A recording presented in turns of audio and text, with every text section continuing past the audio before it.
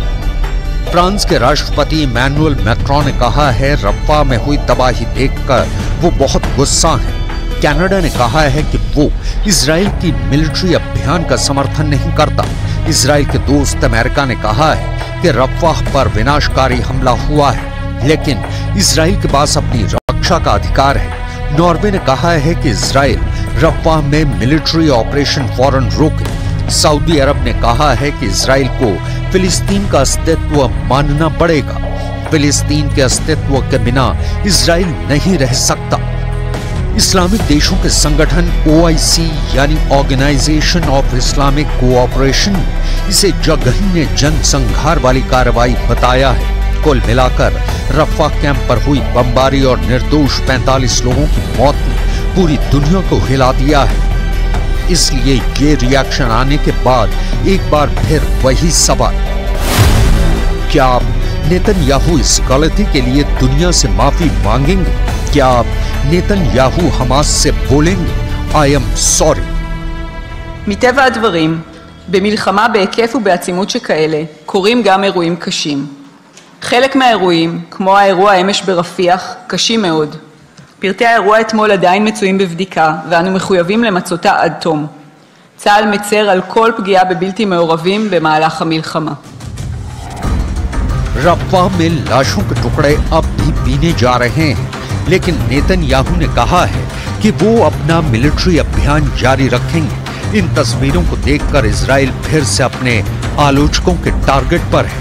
कई देशों में सड़कों पर लोग उतर आए हैं और इजराइल के खिलाफ प्रदर्शन कर रहे हैं।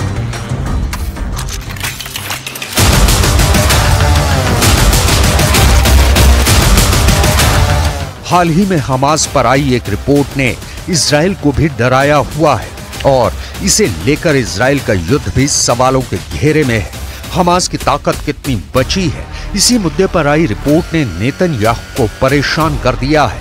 अमेरिका के पॉलिटिको अखबार ने हमास को लेकर एक रिपोर्ट छापी है। इस रिपोर्ट में अमेरिकी खुफिया एजेंसियों के हवाले से मिली जानकारी पर बताया गया है 8 महीने के युद्ध में इजराइल अब तक हमास के सिर्फ 30% लड़ाके ही मार पाया है। यानी रिपोर्ट में पहली बड़ी खबर यह है कि 70% हमास अभी भी बाकी है। 70% मतलब 2/3 हमास अब भी इजराइल से टक्कर ले रहा है। रिपोर्ट में दूसरी बड़ी खबर यह है कि इजराइल ने गाजा में हमास के सिर्फ 35% सुरंग नेटवर्क को तबाह किया है। यानी गाजा में हमास की 65% सुरंग अब भी एक्टिव है। यानी 2/3 सुरंगों का इजराइल अब तक पता नहीं लगा पाया है। इस खबर से इजराइल में ऐसा पॉलिटिकल तहलका मचा है कि सब बेन्यामिन नेतन्याहू से पूछ रहे हैं कि क्या इजराइल हमास के खिलाफ युद्ध हार रहा है। नेतन्याहू बहुत बेचैन है, नेतन्याहू बहुत टेंशन में है और अब वो रफाह के हमले पर अफसोस भी जता रहे हैं।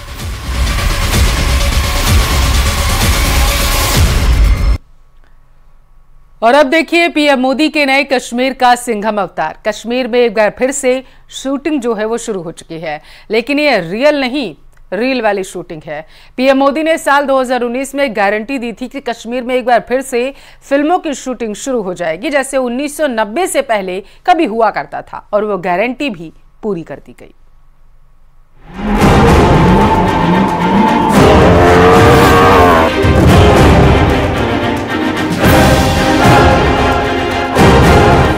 ये है नए कश्मीर का ट्रेलर। मशहूर फिल्म डायरेक्टर रोहित शेट्टी ने एक वीडियो शेयर किया है।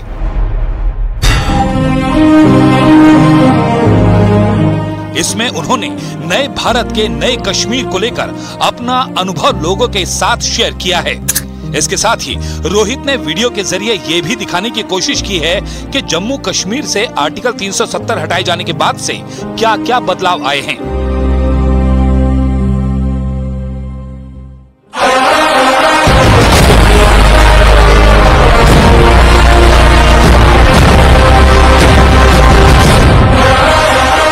फिल्म मेकर ने बताया कि जहां पहले आतंकवाद का साया हर समय मंडराता रहता था, लोग डरे सहमे रहते थे, अब वहां कितनी खुशहाली है।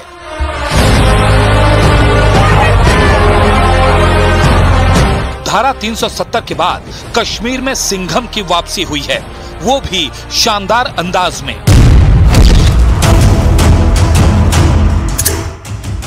कश्मीर की घाटियों में बख्तरबंद गाड़ियों का ये काफिला और हथियारों से लैस जवान किसी ऑपरेशन में नहीं जा रहे, बल्कि ये कश्मीर 2.0 की नई पिक्चर है, जहां सालों बाद फिल्मों की शूटिंग शुरू हो चुकी है।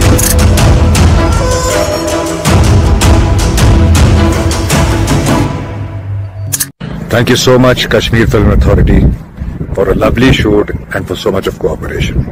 Beautiful place. We wish we keep coming here. Thank you. Kashmir film authority एक नंबर। जिस तरह से आपकी जगह खूबसूरत है, उसी तरह से आपके लोग बड़े खूबसूरत हैं और शूटिंग हम करके जा रहे हैं। आज मुंबई बड़ा मजा आया, इतना संभाला आप लोगों ने, और film support, police support, army support, लोगों का सपोर्ट, सब लोगों का सपोर्ट था और अच्छा लगा देखकर कि इतने सारे टूरिस्ट हैं, सबने मजे लिए, यहाँ के लोगों ने भी मजे लिए, हमने सबसे ज्यादा मजे लिए। आपको बहुत बहुत बहुत प्यार, कश्मीर बाबा लोग। और चलिए यहाँ रुकेंगे एक छोटे से ब्रेक के लिए। आप देखते रहिए प्रदेश का number 1 news channel news 18 Rajasthan.